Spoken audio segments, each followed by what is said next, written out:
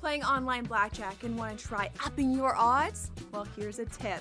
Cheat cards tell you statistics for whether you hit or stand on every move. If you're into stats, this could be your ticket to winning. And it is totally legal. Now, go get lucky. See you in Las Vegas. Let's get lucky. If you believe he should be in the Hall of Fame, there's, let's let him wait another 2 years. Wait, he's already dead at this point. Like, what are you waiting for? Another 2 to 3 years. He's either in or he's out. And sometimes you look at that too, Thomas, like you can't tell, the history of Major League Baseball without Pete Rose. Frankly, the writers have some standard that they want to hold players to, which seems to fluctuate on a player-to-player basis. So he should be in the Hall of Fame, but I'm not sure how quickly he'll get there. Pro Baseball Today, only on SportsGrid. I'm not saying this thing is scripted, but damn it, they put those two teams on the first weekend of the basketball season for a reason, because they were expecting some kind of fireworks. They got it. Did Angel Reese overreact? Probably. Did Caitlin Clark have to stare it down? Probably not. There's enough blame to go both sides. But guess who doesn't care? That's the WNBA. Betting above the rim, only on SportsGrid. The game is on. The stakes are high, but the action isn't just on the field. He's rearranging that rim. Get it inside! SportsGrid's in-game live. Your ultimate second screen experience. A little flyer, couple of 18.5 points live line. Every prop, every play, every day. Anything can happen. It's complete chaos. It's smarter to be on SportsGrid.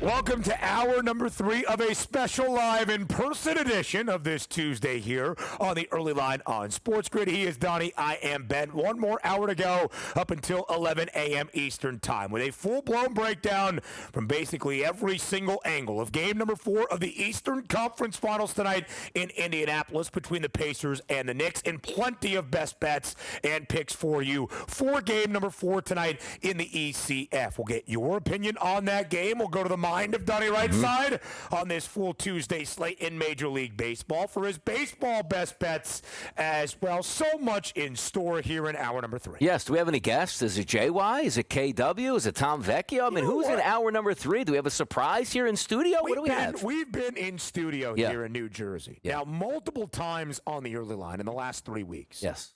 You would almost think that Kevin Walsh would love to come join us one morning bright and early in studio. You know, I didn't know that because we usually get notes like when we're coming in and out of break, like who the guests are going to be. We haven't had those today, so don't know.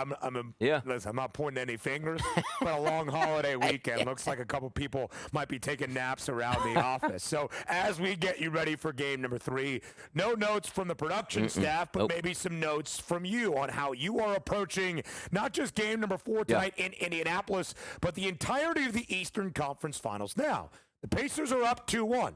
Indiana winning both games on the road in the Big Apple inside Madison Square Garden. And seemingly, we're about to sweep the Knicks for 42 minutes of game number 3 on Sunday night before New York rallied, coming back from a third time this playoff run from down by as many as 20 points. Has it changed your opinion on the Eastern Conference Final? Has it changed your mind on which team wins the East and heads to the NBA Finals? That's the question for you here in Fade the Public.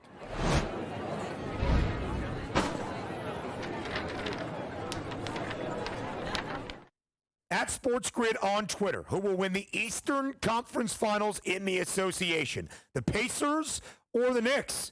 And DRS, for most of the public, I don't really think the dramatic comeback for New York in Game 3 has changed the result for this series overall in the public's mind. Nearly 79% of the votes backing Indiana. Now, I think it's an interesting thing when you have a New York team in this spot, right? Because of their big market appeal, there are either a ton of people backing the Knicks, wanting the best for New York in the Eastern Conference Finals for the first time in 2.5 decades, or they become a very easy team to root against. Enough of this Chalamet guy and Tracy Morgan on my screen. There is also just the idea that Indiana has the 2-1 series advantage. Are you surprised at all by 79% of the public thinking the Pacers just comfortably win the Eastern Conference Finals? I'm not surprised the public is picking the Pacers here, to be honest, but I am surprised that the public is actually picking the Pacers at a close to an 8 out of 10 clip right now, which is impressive. But also understand this. Entering into the season, into this playoff series, minus 144 price as the favorite for the New York Knicks with home court advantage. Like, ooh, man, the Pacers getting a lot of respect there. Pacers win 2 games on the home court there for the New York Knicks. Then game number 3 exploded on the end, but there's still a 2-1 series lead, a game on their home court, and their favorite here. I do think the Pacers win this series, but I'm surprised that the Knicks aren't really drumming up more business, 25%, 35%, 45%, because they are a good ball club, and it's not over, and they just won game number 3. Can they stake more momentum in game number 4? I'm just agreeing with the fans right now. 80% of us that are lined up here, we know how that typically works out when the public's like, hey, 80%, that's a for sure, guarantee at this point. But it is the Pacers. They're the better team. I think they win tonight, go up 3-1, and yes, they will win the series. But how about the public, man? 8 out of every 10 clicks coming in on the Pacers. Which is kind of crazy. Again, not exactly what we would expect based on how the public would vote here, at least for it to be this decisive. Again, Indiana is up 2-1. Indiana is at home tonight in Indianapolis. The Pacers are a home favorite, but it's not like they're a 7.5-point home favorite, expected to take that commanding 3-1 series advantage over New York in the most comfortable of fashions. They are only a 2-point favorite tonight in minus 136 now, that updated money line price. But DRS, the public fully buying in on Indiana for the series situation. And if you are that confident, minus 220 for that level of confidence is not the most staunch price we have ever seen to be paid. And you take everything out of the equation. This could go 5 games. This could go 6 games. Heck, Indiana could even go into MSG for a second consecutive season and win a Game 7 inside the world's most famous arena. Minus 220 for all of those potentials entering Game 4 tonight. Not the worst idea ever. No, it's not. And you take a look at the price points there from a Knicks perspective at the plus 184. If you figure that they can win a game, understand this. Still 3 games left. They're tied up 2-2. Home court advantage in Madison Square Garden. And they'll look to sort of slay that beast and say, we'll take care of game number 5. And if we need a game number 7, we'll win it this year in our own building. But also understanding that the way the Knicks have gotten here, superstar play, starting 5 playing a ton of minutes, maybe we start to see a little bit more of that bench creep in as we saw in game number 3 to make an addition. Now, also, we expect Brunson to play better. We expect Brunson to shoot a lot here tonight. Is Karl-Anthony Towns up to the task at this point? But it is fun to see. Not the superstars, particularly talking about the Indiana Pacers, maybe coming off the bench, having big games. T.J. McConnell dropping double digits, adding that spark plug off the bench. Such a thorn in the side of other teams here. Is it going to be Halliburton tonight? With Pops in the stands tonight watching, does that give him an extra boost tonight? Pascal Siakam has had some amazing numbers already in this series. There's a lot of different players the Pacers can use to attack. So we'll find out who those props are going to be. But once again, shocking that the Knicks just wouldn't be all Jalen Brunson up tonight for me. I expect a big, now does it equate to him scoring 30 points automatically? No, it doesn't. Usage rate will absolutely be there for me. Only 18 field goal tries for Brunson in game number 3. 6 of 18. He had 23 points. Cat actually had more, finishing with a team-high 24, a game-high 24, because Tyrese Halliburton was Indiana's leading scorer. He only had 20 points. Again, you see the numbers there. The Knicks staged a dramatic comeback, and Brunson was well under what the expected points prop is for Game 4 tonight. 23 points, 29.5 the number tonight. 21.5 the number for Tyrese Halliburton, who has gone over that points prop with 31 in game number 1 in the dramatic game tire at the end of regulation. But it's not like Hallie's been going over that number the entirety of this postseason. Now, 13 playoff games for Indiana. Donnie, only 4 times that Halliburton has gone over that points prop of 21.5. Why? Because the Pacers are built with strength in numbers, with the depth and the balance they possess. We mentioned it. In their Game 3 loss, only 4 players reaching double figures. That's the fewest amount of players scoring at least 10 points for Indiana in any of their 13 playoff games. In 9 of their 10 wins, at least 6 Pacers have reached double figures. So they don't necessarily need Tyrese Halliburton to score 25 plus. They need Tyrese Halliburton to score 15 and probably have at least 9 assists. And then Pascal Siakam having 15 and Miles Turner having 15 and Aaron Nesmith, who is likely a game-time decision tonight, having 12 to 14 points, and Andrew Nembhard. And the story goes on. That's Indiana's model of success here to take that 3-1 advantage over New York. Yeah, and that'll be big if Nesmith is damaged goods tonight or doesn't play. That certainly would be a big advantage here over to the New York Knicks, who will be pressing all in because this is a must-win game. But Ben brings up a great point here. It's team basketball where any one of these guys can wind up in the mid-20s. Any one of these guys can wind up into the mid-teens. You just don't know that. Like, you're not going to say tonight, like, well, I know Tyrese Halliburton's going to shoot 22 times from the floor. No, you don't. You know Brunson is. You know Mikal Bridges is going to get his shots. You know Karl Anthony Towns is going to get his shots tonight. Just will be interesting to see how the get-off is going to be in the first quarter. Is it going to be an overwhelming effort for the Pacers up 7-8 points at the end of the first quarter? Is it going to be the Knicks saying, we're going to carry that momentum from game number 3 and show you why we're the better basketball team? Taking advantage of the first quarter and the second quarter leading into halftime will be massive. The winner of the first half, Ben, will win this basketball game tonight. Ooh, love the confidence, DRS. We'll break it down even further later on in this final hour. But up next, we get you ready for a full slate on this Tuesday in Major League Baseball. From the mind of Donnie Whiteside.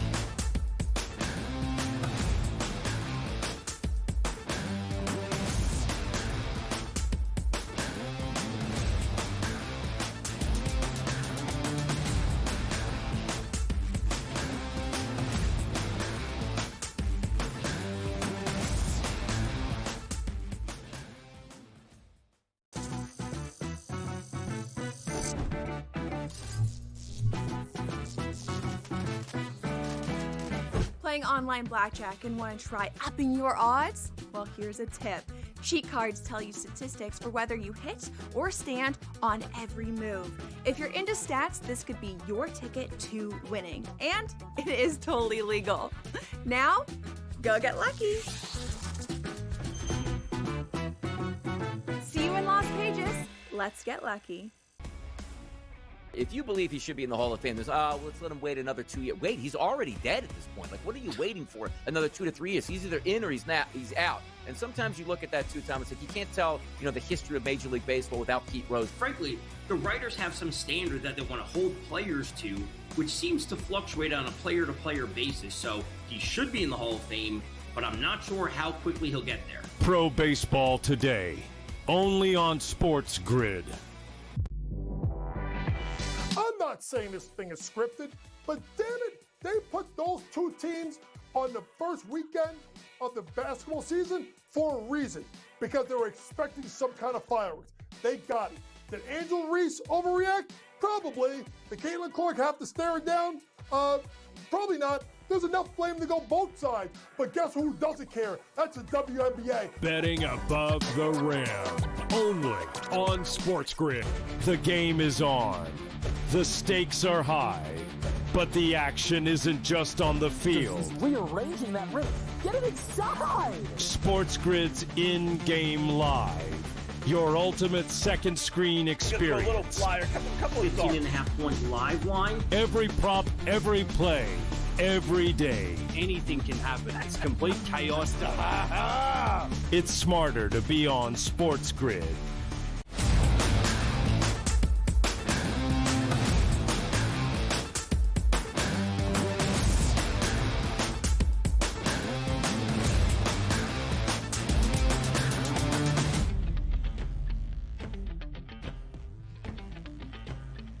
Let's get you ready for a full slate around Major League Baseball on this Tuesday. Plenty of marquee matchups following Memorial Day weekend. And for a ton of these teams in action today, DRS, 12 games yesterday in the Bigs.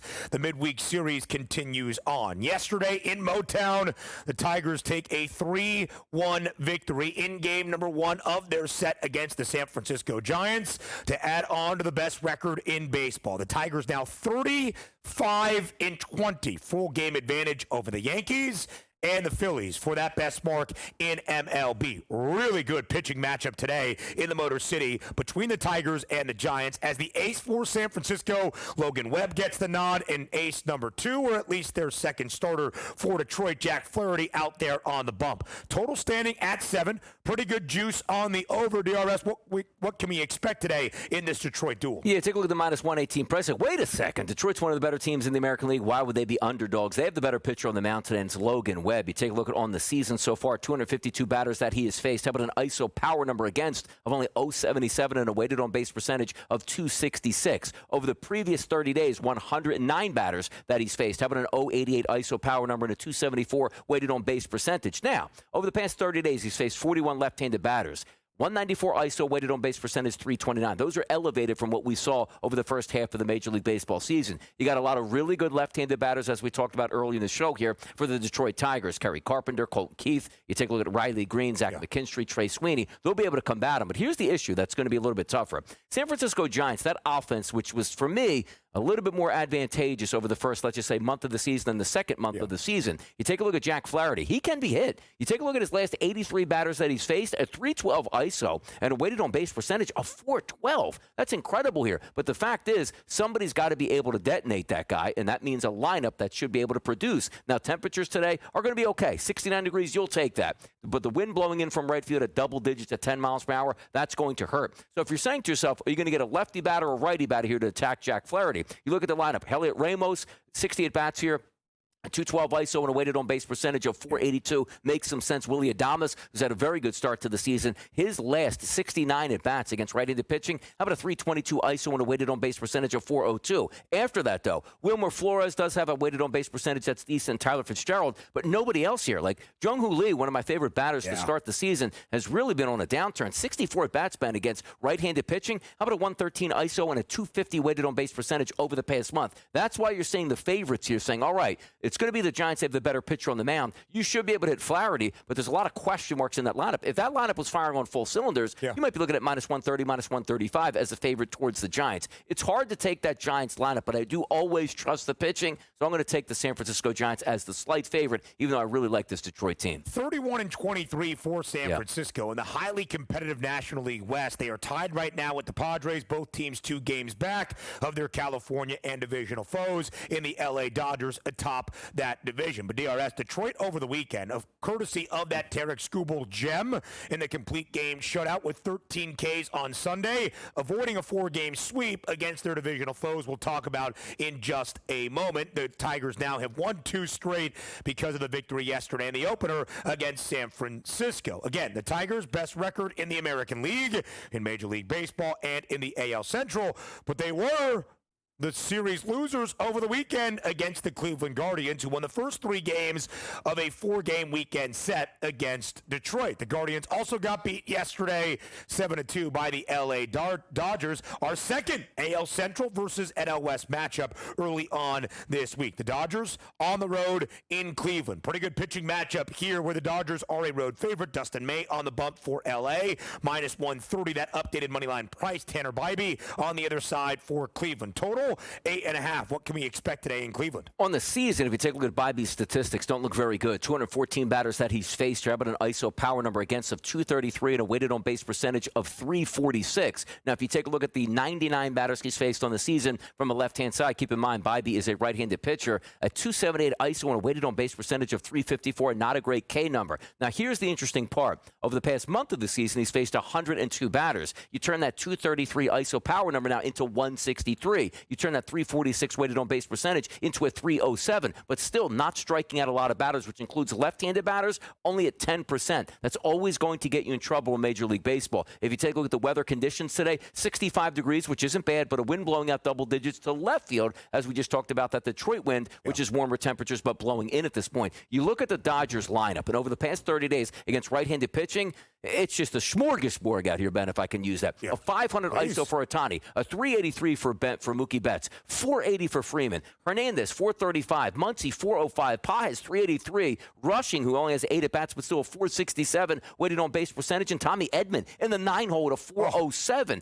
This team should be able to hit Tanner Bybee, which again brings me to my point. Say, okay, well, what's going to happen on the opposite side with Dustin May on the mound? Not a great pitcher, and over the past 30 days, his 44 batters that he's faced from the right side, a 263 ISO and a 430 weighted on base percentage, but he's been really clean against left-handed batters. Why is that important? Kwan's a lefty, Naylor's a lefty, Ramiro's will be batting lefty, Manzardo's a lefty, Santana's a lefty, Schneeman's a lefty, and also Angel Martinez batting out of the 9-hole here as a lefty. So you're looking at possibly 7 left-handed batters, which, again, you can't, knock the formula because you want as many left-handed batters typically against right-handed pitching as you can get. But that's where Dustin May actually excels against left-handed batters as opposed to righties. So maybe a little bit detrimental. For me, probably going to be the Dodgers here. They should be able to hit. I'm not trusting that lineup for the Guardians to be able to hit. DRS, either you or I are the sharpest handicappers in the world. We're market movers, or we have the most loyal audience on the SportsGrid network you would ever seen. But the lovely sponsor of our show, the FanDuel Sportsbook, has updated those MVP prices in dramatic ways since we discussed. Aaron Judge already at minus 3,000 to win the AL MVP after our conversation. Now minus 8,000 for Judge to win his third AL MVP award in the last 4 years. That's a ridiculous move. And even Shohei Ohtani, you talked about how his price was pretty good. I bet it after DRS acknowledged that number at minus 135 is now minus 190. Ohtani leading all of MLB with 19 dingers so far this year. It is Dinger Tuesday. I am pretty sure. DRS, 2 surprises around MLB this season. One good, the St. Louis Cardinals had a win total of 75.5. They're more than a third of the way there. They've got 30 wins already this year, second best record in the NL Central. And we talked about how disappointing the Orioles have been, 19 and 34. These two teams square off today in Baltimore. Basically a pick 'em. What do you like? Yeah, Palante is hittable here for St. Louis, but also understand this. On the season, 213 batters that he's faced, a 188 ISO and a 333 weighted on base percentage. Over the past 30 days, that's increased to 189, slightly on the ISO power number, but 348 now on the weighted on base percentage, and right-handed batters are getting the best of them. However, if you're looking at right-handed batters that are having really good numbers so far in the season, last 30 days, Ryan Mountcastle, okay. The rest of the lineup leaves a lot to be desired for me. Probably just going to roll with St. Louis at this point. Sagano's a decent pitcher, but their lineup actually matches up better in their pitching matchup today. So there you go. I've got an under of the 75.5 on St. Louis. Bad beat. More next.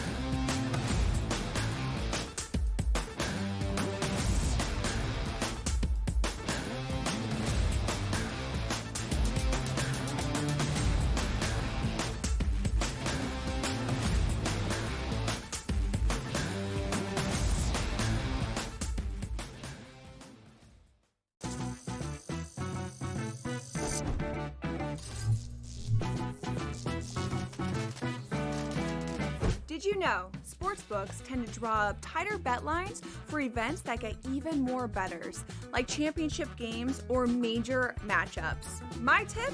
Try betting on less popular sports. You might have a better shot at beating those odds. Now, go get lucky. See you in Las Vegas. Let's get lucky.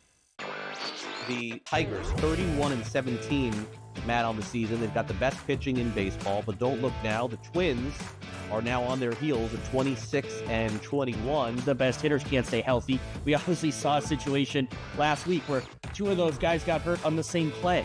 So that's the Twins, and I think Twins fans, I'm up in Twins country. Twins fans know that up here, and you're kind of always waiting for the other shoe to drop. Newswire. Only on SportsGrid.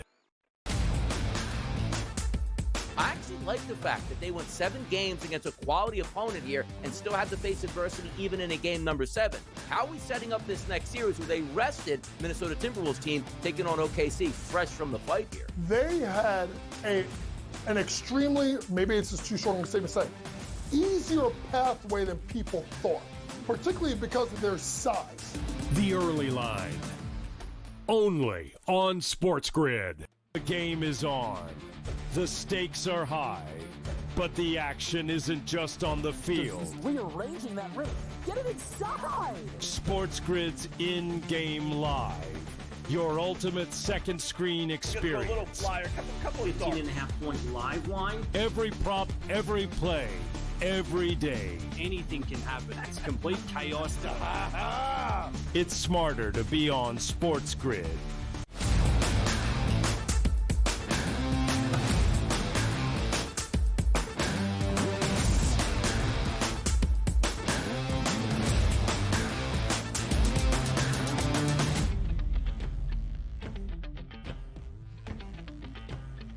A big divisional duel starting this week in Philadelphia between the Phils and the Braves. DRS was talking about this series earlier on in the show. It starts tonight on a Tuesday evening at the Bank in the city of brotherly love. Ranger Suarez gets the nod for Philadelphia. Spencer Strider on the other side and start number 2 after his return once again from the IL for Atlanta. It is basically a pick'em right now, DRS. Minus 112 in favor of the Phils on that money line price. Minus 104 the updated numbers on the Braves on the other side. Over-under stands at 8.5. You talked about how critical this series is really for both sides. Philadelphia 34-19, best record in the division, best record in the National League. The Atlanta Braves, after an 0-7 start, still 2 games sub 500 at 25-27. It's early. It's barely the end of May, but still a lot of ground to be made up for Atlanta, both in playoff consideration and certainly in this division. What do you expect in this critical series, starting with game number 1? That's a key question, right? Because you're taking a look here at Spencer Strider's statistics, and you usually want to lean on and say, oh, he's a great pitcher. There's a lot, innings-wise here. We don't have that so far. Only 40 batters total faced on the season, and he hasn't been all that impressive, particularly from right-handed batters, but we're talking about 16 total in the season. The one thing they like about the Philadelphia Phillies, they've really woken up at the plate. You take a look at above average weighted on base percentages coming into tonight. It's Trey Turner, it's Bryce Harper, it's Kyle Schwarber, it's JT Realmuto, Alec Bohm, and also Brandon Marsh. And also they are at home. 68-degree temperatures, wind blowing out close to double digits from center field. So a pretty good hitting night in Philadelphia. However, then you go up against Ranger Suarez on the season. 72 total batters he's faced because he came off the IL as well. Take a look at this. An 0.75 ISO against and a weighted on base percentage of 267, a high K rate, and a super low walk rate. That really works in the Phillies' direction. Then you take a look at that lineup here for the Atlanta Braves over the past 30 days. Marcell Ozuna, Matt Olson, and Sean Murphy, above average ISO / weighted on base percentages, but the rest of the lineup has really struggled so far. Yeah. I still give the advantage towards the Philadelphia Phillies. Pedigree pitching-wise, you expect Strider to have a good night, and yes, the Braves absolutely need this, but it really doesn't check out all that much. I lean towards the Philadelphia Phillies tonight, but it's a tough one. Suarez, we know, has come back pretty decent. Strider coming back, we're not so sure about. I'll give the edge to the Philadelphia Phillies tonight at home. Again, DRS, at the end of last weekend, rivalry weekend in Major League Baseball, the Red Sox and the Braves both hailing from Boston at a certain point. Atlanta won that series, taking 2 of 3. They were back north of 500 a week ago Sunday, 24-23. They've only played, based on some bad weather, 5 games since and some scheduled off days. Of course, they are 1-4 in those 5 games to now be 2 games sub 500 at 25-23. The Philadelphia Phillies had their 9-game win streak snapped on Sunday against the A's, playing really good baseball, and of course the best record in the National League at 34-19. We have talked about some disappointing teams so far this year, DRS. I think there's an argument to be made for the Texas Rangers as well, a team I know you were high on in terms of maybe contending for the American League pennant. Not the case for Texas so far. They are also below 500, but $1.50 favorite tonight in Arlington as Texas gets ready to take on Toronto. Minus 148, the price in favor of the Rangers now, a total of 8. What's the story here in this Texas tussle? The story is Nathan Eovaldi and how good he's been this season so far. Take a look at 231 batters he's faced on the season at 0.78 ISO and a weighted on base percentage of 215 against, a K rate of close to 28% and a walk rate of under 5%. Then you take a look and say, well, how has he been over the past 30 days? If you take those 231 batters and shrink them to 92, it's actually been even better. An 0.78 ISO, which is microscopically low, down to an 0.46. A weighted on base percentage of 215 down to a 199. Now, granted, Toronto does present itself very well at the plate here against right-handed pitching over the past month. That should help. But as always, you lean towards the better pitcher over the better lineup time time and time again. You flip it to the other side. Bowden Francis on the mound. His last 30 days have been a disaster. 88 total batters faced, a 329 ISO, and a weighted on base percentage of 446, and that includes both lefties and righties getting the best of them here. Not a great-looking lineup, though, today for the Texas Rangers. Yeah. Jake Berger probably the best of it. Haggerty's only had 9 at-bats to lead off here. He's got a 333 ISO, but how much can you take that with only 9 at-bats? 63 at-bats for Langford, average. Josh Smith, average. I do still lean towards the better pitching tonight for Eovaldi, and looking at Bowden Francis, he should get hit even by a lineup that doesn't present itself all that well. It's got to be the Rangers for me again. Yeah, DRS, kind of yesterday in the opener of this series, the story for Texas this year, Jacob deGrom, a career first, went 5 1/3 yesterday, only allowed 2 earned and just 5 base knocks, did not record a strikeout for the first time in deGrom's long and illustrious MLB career on the bump. And he also recorded the loss, despite only giving up 2 earned. Why? The Rangers only scored 1. Yeah. The pitching staff has been incredible this year, including Nathan Eovaldi. And yet, because of the Rangers struggling offensively, they are 26-29. Plenty more baseball breakdowns up next, along with Game 4 in Indy, here on the Early Line.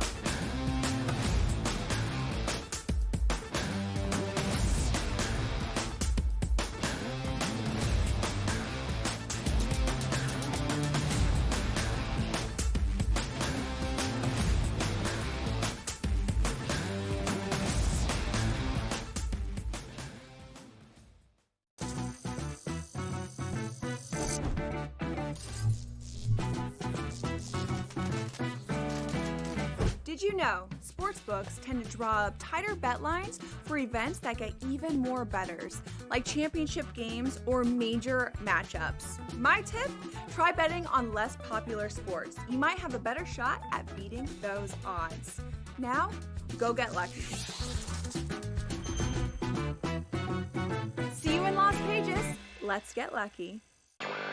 The Tigers, 31-17, Matt, on the season. They've got the best pitching in baseball, but don't look now. The Twins are now on their heels at 26-21. The best hitters can't stay healthy. We obviously saw a situation last week where 2 of those guys got hurt on the same play.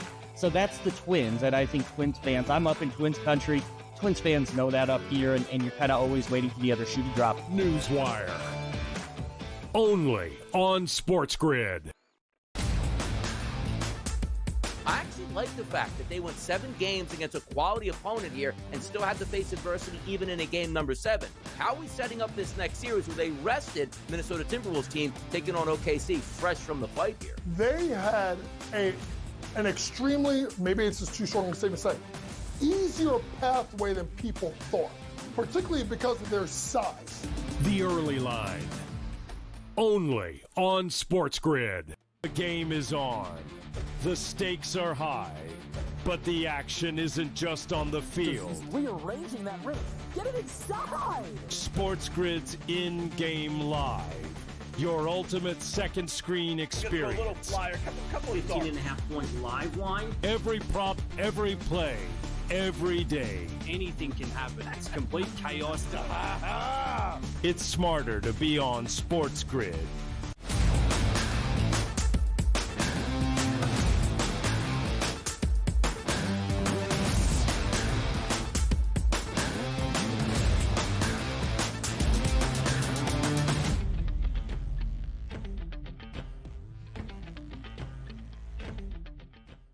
Live right here on this Tuesday morning on the Early Line on SportsGrid. We just talked about the Rangers being slightly disappointing this year, 26-29, 3-game sub-500 DRS around the American League West. Only 2 teams above 500 with a winning record. The Seattle Mariners in the top spot in the division and a 1.5 game lead over the Houston Astros. We would expect the Astros to stack up a win today at home in H-Town. They're taking on the A's. Not necessarily a shot at the Athletics. It's more about the starter for Houston. Hunter Brown has been otherworldly this year for the Stros. They are greater than a $2 minus money favorite. Minus 220 is that money line number. Will it be another stellar outing for Hunter Brown in Houston? I think it probably will, and also leaning more towards the under than an over, which is like, hey, what are you doing with the Athletics here? We're not actually playing in Sacramento. We're playing in Houston. That roof will be closed, so the 85-degree temperatures, probably not going to feel that here. But take a look at the last 30 days for Hunter Brown. An 0.67 ISO and a weighted on base percentage of 226. Now, there are some good batters batters in that lineup here for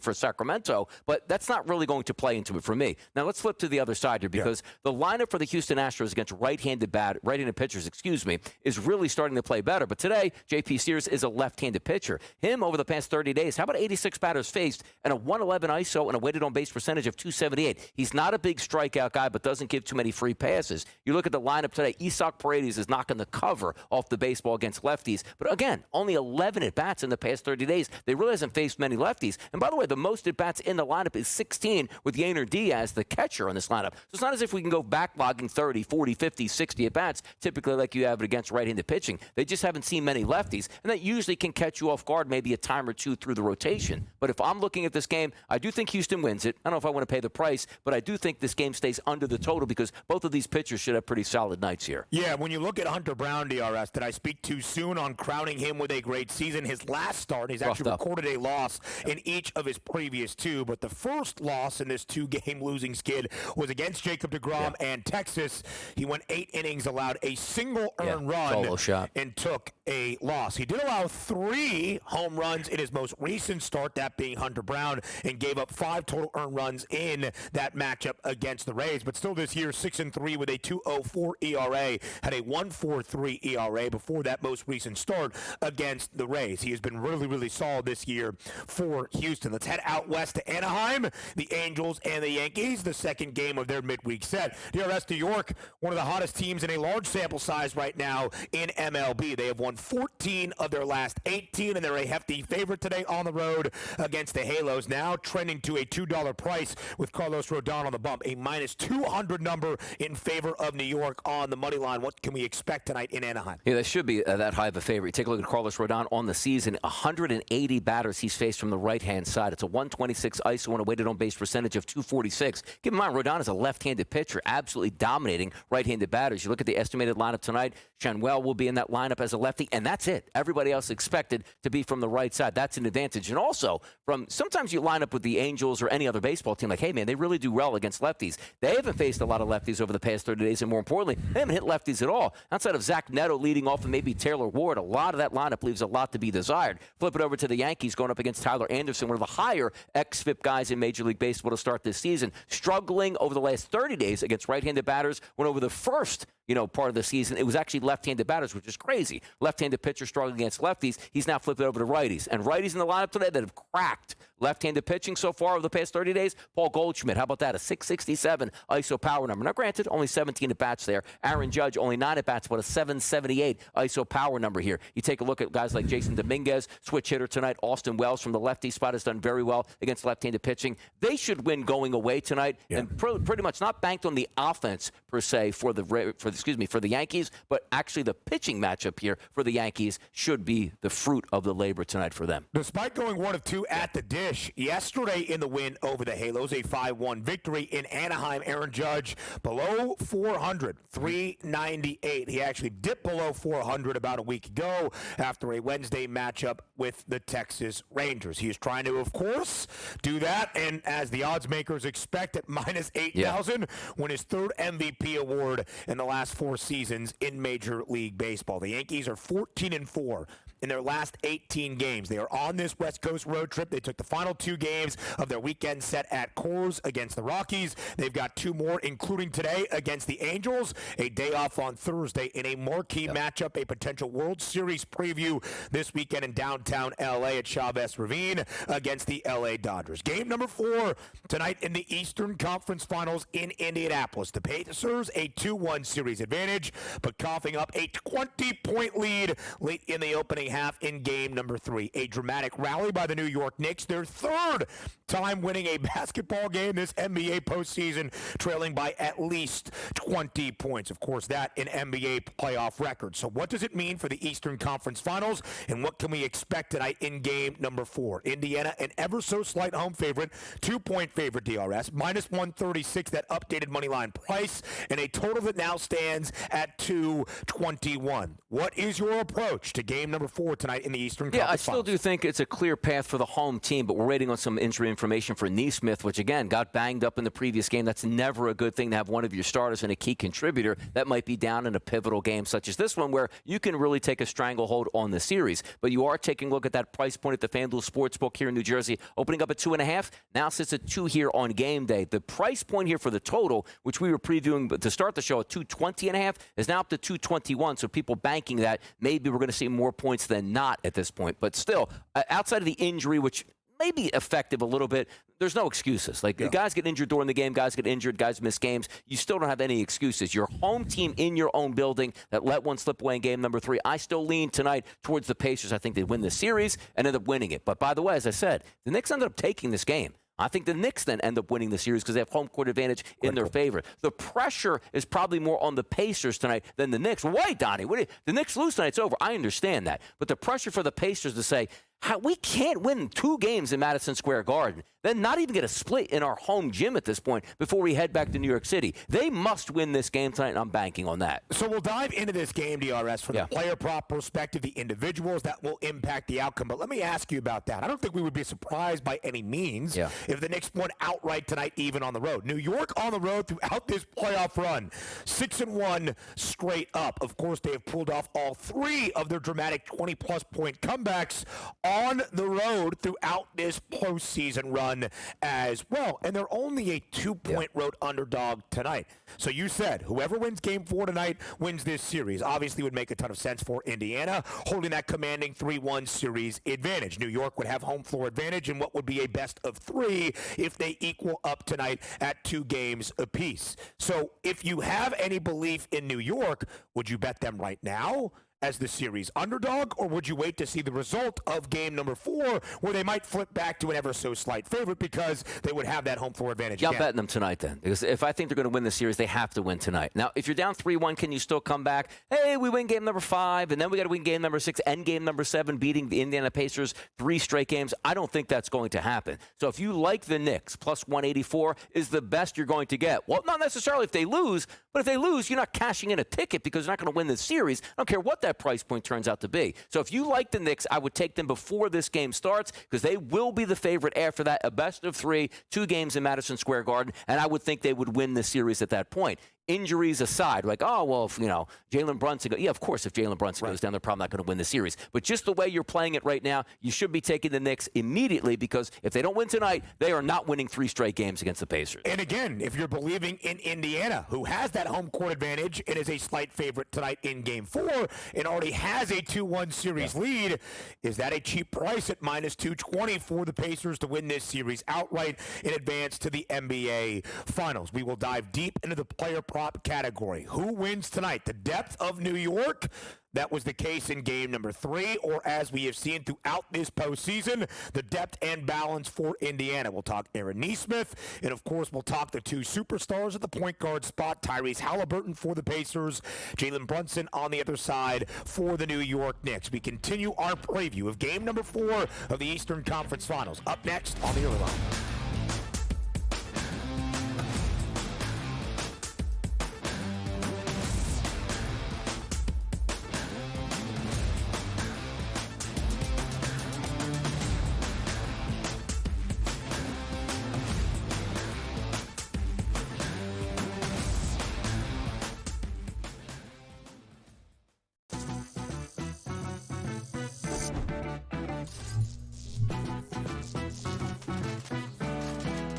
Did you know sportsbooks tend to draw up tighter bet lines for events that get even more bettors, like championship games or major matchups? My tip?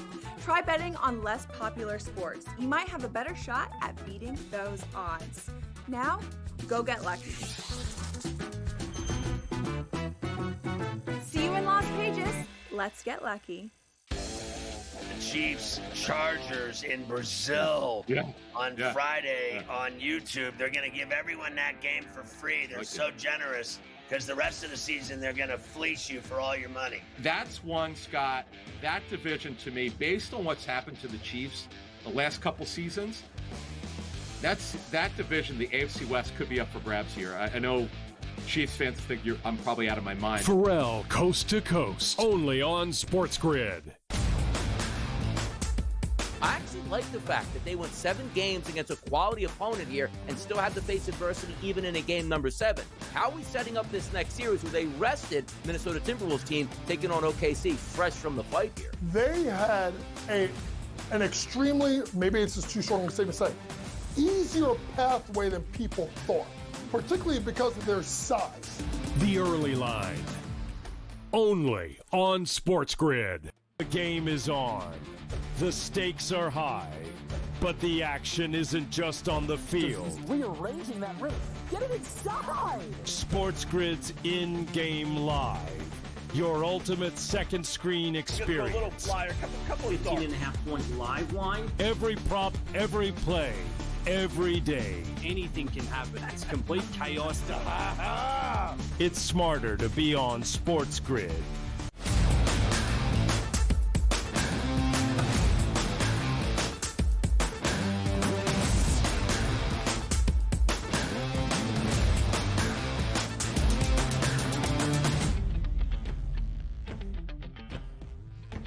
Live right here on the early line on SportsGrid. He is Donnie right side. I am Ben Stevens. The prop perspective for game number 4 tonight in Indianapolis of the Eastern Conference Finals. Of course, the individuals that will impact the outcome, and as that DRS has said, a decisive game number 4, maybe deciding the ultimate conclusion of this series between Indiana and New York. Of course, it starts with our 2 stars, Jalen Brunson for New York, Tyrese Halliburton for Indiana.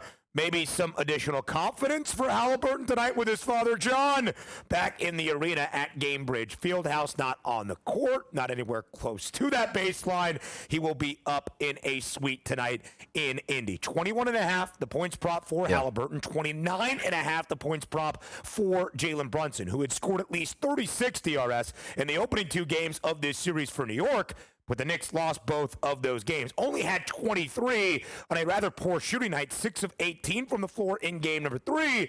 The game's leading scorer, and the leading scorer for New York, that was Karl Anthony Towns, finishing with 24. Let's start with Brunson. What can we expect out of New York's leader if they are to even up this series tonight? To have the ball in his hands the entire way through, and that's the way superstars are going to act in a 2-1 series where you have a deficit and you're on the road. I doubt it's going to be let me have pass first Jalen Brunson. What's more likely to happen? Brunson to get double-digit assist or score over 30 points. For me, in a game that's decisive as this one, it's going to be more surprising that he gets the assist because why? Not that he doesn't want to facilitate the other guys if they're open and have wide-open shots, but you want this game played through your hands here, and if you lose, you want to be understanding, like, it wasn't my fault. Oh, no, it was my fault, and I can live with that in the offseason if it turns out that the Knicks can't overcome this deficit against the Pacers. So I look at those 2 price props, and I say to myself, 29.5, I'm more likely to go over that number with Brunson, even though it's 8 points higher than Halliburton, because Halliburton can have a good night tonight. And if Nesmith doesn't play, maybe there's more 3-point shots and more shot attempts that Halliburton has to take as a guard. But for me, it's Brunson.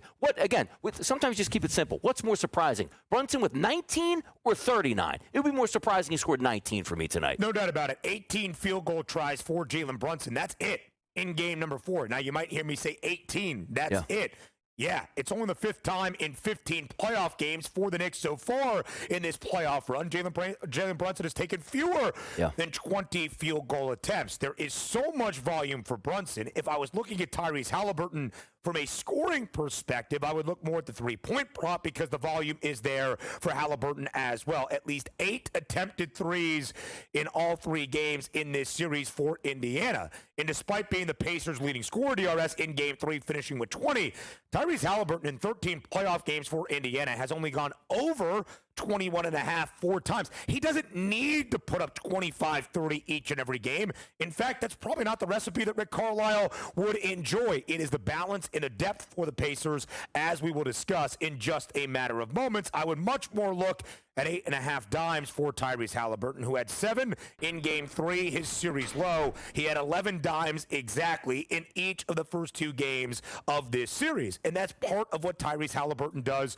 so well. He is the facilitator. He is the orchestrator of this offense. And, Donnie, when you look at the Pacers in their 10 playoff wins, 10-3 so far in this postseason, in their 10 playoff wins, 9 of the 10, Indiana has had 6 players score in double figures. They only had 4 players reach double figures in game number 3. That was the fewest amount getting at least 10 points for Indiana in this playoff run. It's why you look at Pascal Siakam. It's why you look at Miles Turner. And it's why you look at Aaron Nesmith, who is listed as a true Game time decision, a great show here on the network, but a game time decision that is Aaron Nesmith tonight. Does have a points prop listed, always a positive sign. And I'm glad you brought up Aaron Nesmith because we are expecting big performances, possibly with Tyrese Halliburton, Siakam as well, Miles Turner. But Aaron Nesmith, you take a look at game number 1, he went off from the three-point line, was the sole reason probably why the Pacers were able to come back and win that. But I believe he dropped down to, 8 points the next game and even lower than that, or was it double digits? What was his game number 2 score? I'd have to look that up. But he had 12 points. Okay, so you go 30 to 12 and then gets injured in the last game, and I see an 11.5.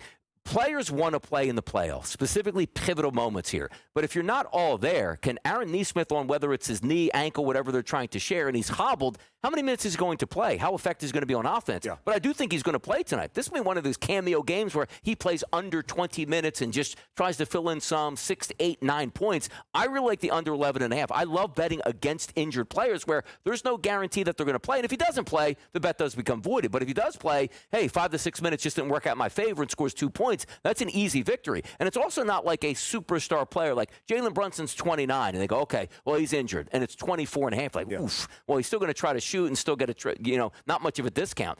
There's not really a discount on Aaron Nesmith at 11.5, whether he's healthy or not at this point. What are the expectations for him? Maybe a great night, 15 points. So I look for that under 11.5, and I think it does make some sense here. But again, Brunson, I think it's over that. Halliburton can absolutely. Siakam's in that mix of 20 points. But if I'm being honest, like maybe my favorite Pacers bet right now is probably under 11.5 on Nesmith if he's banged up as we think he is. He exited midway through the third quarter with an ankle injury, hobbled as he came off the floor. Did return to action, but of course is now dealing with the lingering effects of that injury he picked up in game number 3. DRS on the other side for the New York Knicks.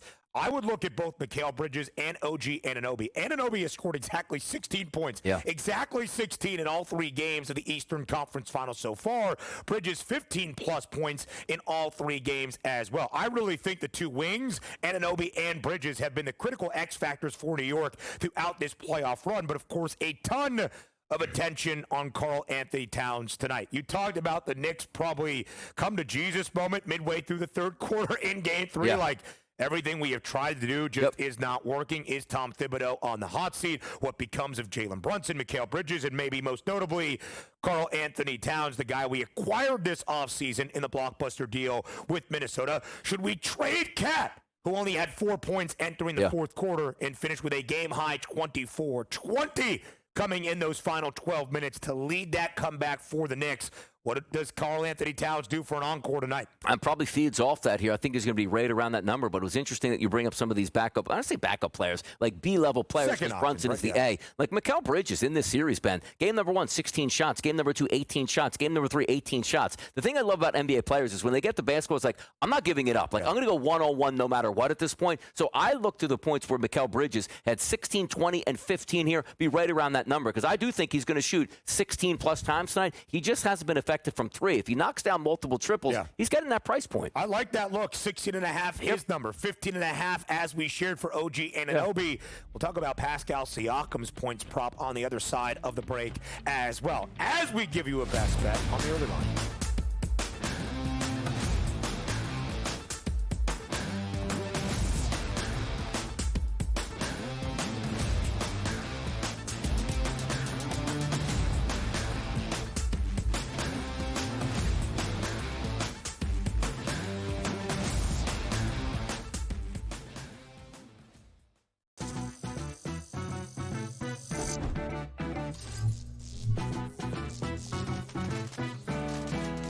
Did you know sportsbooks tend to draw up tighter bet lines for events that get even more bettors, like championship games or major matchups? My tip? Try betting on less popular sports. You might have a better shot at beating those odds. Now, go get lucky. See you in Las Vegas. Let's get lucky. Chiefs Chargers in Brazil on Friday on YouTube. They're going to give everyone that game for free. They're so generous because the rest of the season they're going to fleece you for all your money. That's one, Scott. That division, to me, based on what's happened to the Chiefs the last couple seasons, that division, the AFC West, could be up for grabs here. I know Chiefs fans think I'm probably out of my mind. Pharrell, coast to coast, only on SportsGrid. I actually like the fact that they went 7 games against a quality opponent here and still had to face adversity even in a game number 7. How are we setting up this next series where they rested Minnesota Timberwolves team taking on OKC fresh from the fight here? They had an extremely, maybe it's just too strong a statement to say, easier pathway than people thought, particularly because of their size. The early line, only on SportsGrid. The game is on. The stakes are high, but the action isn't just on the field. He's rearranging that roof. Get it inside! SportsGrid's in-game live. Your ultimate second screen experience. A little flyer, couple 15.5-point live line. Every prop, every play, every day. Anything can happen. It's complete chaos. It's smarter to be on SportsGrid.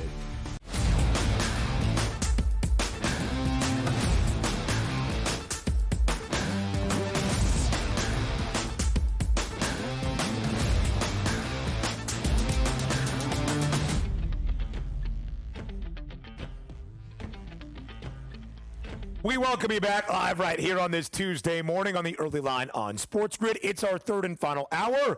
It's our final segment of this Tuesday special in-person live edition here on TEL. Tomorrow, we will be separate again. But on Thursday, we are scheduled to be back in the studio together for some more electricity as we have it. DRS, let's go to game number 4 tonight in Indianapolis of the Eastern Conference Finals. We will give you a best bet. Our best bet of the day coming up in just a moment could be MLB for you. If you had one favorite wager for tonight in game number 4, what would it be between the Pacers and the Nets? I got to tell you, it's actually a split right now because a little bit later in the day we'll be able to get a prognosis on Neesmith here, but I love his under 11.5. I really do. If he's not healthy, I don't think he gets into the teens, which means that number would hit. But again, it's Jalen Brunson. I'll live with it. 25 shot attempts tonight. He doesn't get 30 points. Well, then so be it. And the handicap was right. The expectation was wrong. I would be shocked if Jalen Brunson, and if it doesn't get it, what does he get? 27, 28 points in that range? Give me Jalen Brunson over 29.5 points. He's into the 30s tonight. That would shock me. I think it's a really good look, DRS. Over 29.5 for Jalen Brunson on a night where he was 6 of 18 from the floor. The first time in this series he had not scored at least 36 points. He still finished with 23 on what was an inefficient offensive night for New York's best player. I think you are getting not a discount per se. It's the highest points prop in game number 4 tonight, but still a pretty decent number. For me, my favorite points prop would be Pascal Siakam over 19.5, at least 17 in all 3 games here for Indiana. He has been that consistent scorer for the Pacers throughout much of this playoff run, but my favorite bet for game 4 is rather simple. I'll take Indiana on the money line at minus 136. I'll lay the price. Just give me the Pacers outright to take a 3-1 series advantage at home tonight in Indianapolis. And give me the over of the 8.5, and that number might be wrong, of the times that John Halliburton, Tyrese's father, is shown on camera tonight up in his suite as he makes his triumphant return, if that's what we want to call it, to the Eastern Conference Finals in the NBA playoffs. But now it's time for our favorite bet of the day, DRS. Before we go, it's time for Bye, Bye, Bye.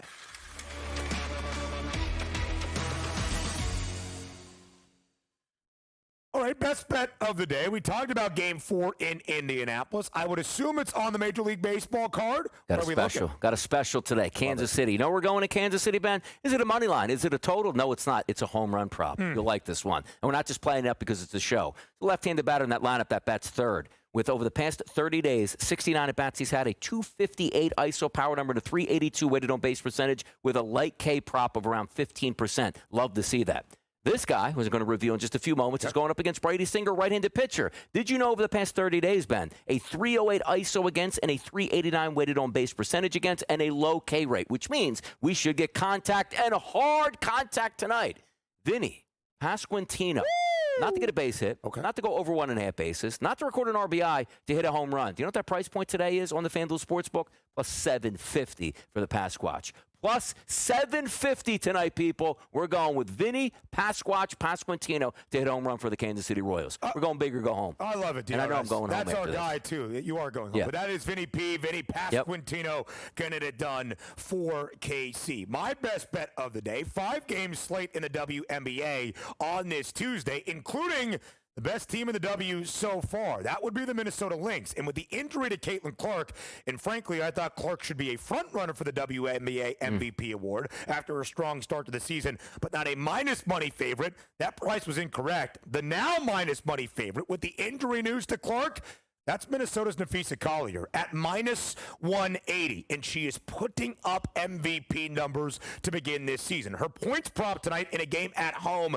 against Seattle, 22.5. If you like the over there, can't fault you. She has scored 23 at least in all 4 games for the Lynx this year. Minnesota a perfect 4-0, and coming off a 33-point, 11-rebound performance against Connecticut on Friday. But here's been a difference for Collier, DRS. Really good down low, a very skilled offensive player in the post, but stepping out a little bit this year from beyond the arc. She has made at least 2 threes in 3 of her first 4 games, and if the scoring is going to continue to be there for the MVP minus money favorite, 2+ made threes for Collier tonight, plus 140. Step it up. Plus Step money it up. from beyond the arc. What do you think? Step it up. Love the 3-point props tonight. Getting busy. Another game in the NBA tonight. Full Major League Baseball card. Weather should be starting to turn. Next week is June, which means the following month is July, and it's football season, and away we go. And Donnie's Canadian team, the Edmonton Oilers, trying to take a 3-1 series lead in the Western Conference Final on home ice against the Dallas Stars. DRS? Enjoy your drive home. Bagel time. Bagel time. 6 bagels in the car for Mr. Right. Don't eat them right all, now. though. But half. Yeah. Ooh, they were hot today when I got them in the bag good. I mean, today. half of 6 is pretty good. That does it for the Early Line Show. Returns tomorrow, 8 a.m. Eastern.